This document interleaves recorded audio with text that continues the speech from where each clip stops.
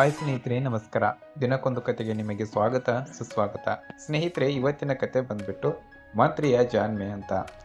ವಿಜಯನಗರದ ಸಾಮ್ರಾಟ ಶ್ರೀಕೃಷ್ಣ ದೇವರಾಯ, ಅವನ ರಾಜಧಾನಿ ಹಂಪಿ. ಆ ರಾಜ್ಯದಲ್ಲಿ ತಿಮ್ಮರಸು ಎಂಬ ಮಂತ್ರಿ ಇರ್ತಾನೆ. ಅವನು ಬುದ್ಧಿವಂತಿಕೆಗೆ, ಮುಂದಾಲೋಚನೆಗೆ ತುಂಬ ಹೆಸರುವಾಸಿಯಾಗಿರ್ತಾನೆ.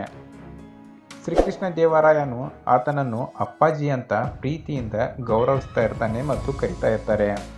ಅಪ್ಪಾಜಿ ಕೀರ್ತಿ ಎಲ್ಲ ಕಡೆಗೂ ಹಬ್ಬಿರತ್ತೆ. ಅದು ಕಳಿಂಗರಾಜನ ಕಿವಿಗೂ ಕೂಡ ಬಿಡತ್ತೆ.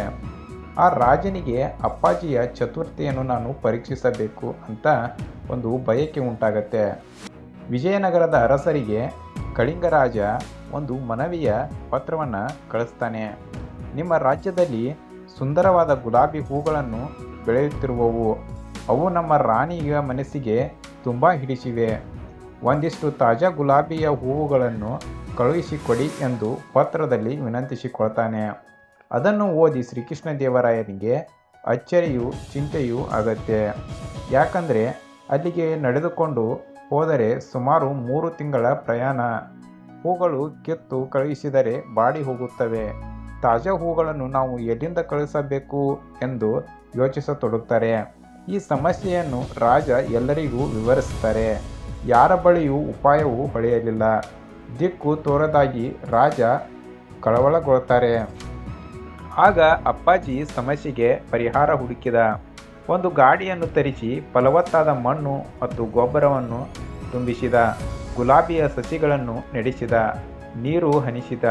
ಗಾಡಿಯೊಂದಿಗೆ ರಾಜಭಟರು ಹಾಗೂ ಅಪ್ಪಾಜಿ ಕಳಿಂಗಕ್ಕೆ ಹೊರಡುತ್ತಾರೆ. ದಾರಿಯಲ್ಲಿ ನೀರನ್ನು ಹಾಕುತ್ತಾ ಸಸಿಗಳನ್ನು ಪೋಷಿಸುತ್ತಾರೆ. 3 ತಿಂಗಳ ನಂತರ ಗಾಡಿ ಕಳಿಂಗ ರಾಜ್ಯವನ್ನು ತಲುಪುತ್ತೆ. ಗಾಡಿಯ ತುಂಬ ಗುಲಾಬಿ ಹೂಗಳು ಅರಳಿ ನಿಂತಿದ್ದವು. ಸೌಂದರ್ಯ ರಾಶಿಯೇ ಮೈತುಂಬಿತ್ತು.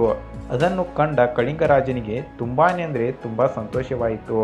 ಅಪ್ಪಾಜಿಯ ಚತುರತೆಯನ್ನು ಮೆಚ್ಚಿ ಮನಸಾರೆ ಹೊಗಳ್ತಾನೆ ಕಳಿಂಗರಾಜ. ಅವನನ್ನು ತುಂಬು ಹೃದಯದಿಂದ ಸನ್ಮಾನಿಸ್ತಾನೆ.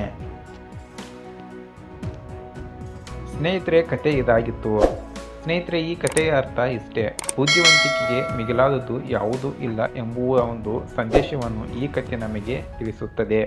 ಕತೆ ಇಷ್ಟ ಆದರೆ ಲೈಕ್ನ ಮಾಡಿ. ಇನ್ನೂ ಇಂಥ ಹೆಚ್ಚಿನ ಕಥೆಗಳಿಗಾಗಿ ನಮ್ಮ ಚಾನಲ್ನ ಸಬ್ಸ್ಕ್ರೈಬ್ ಮಾಡಿ. ಮತ್ತೆ ಮುಂದಿನ ಕಥೆಯಲ್ಲಿ ಸಿಗೋಣ. ನಮಸ್ಕಾರ.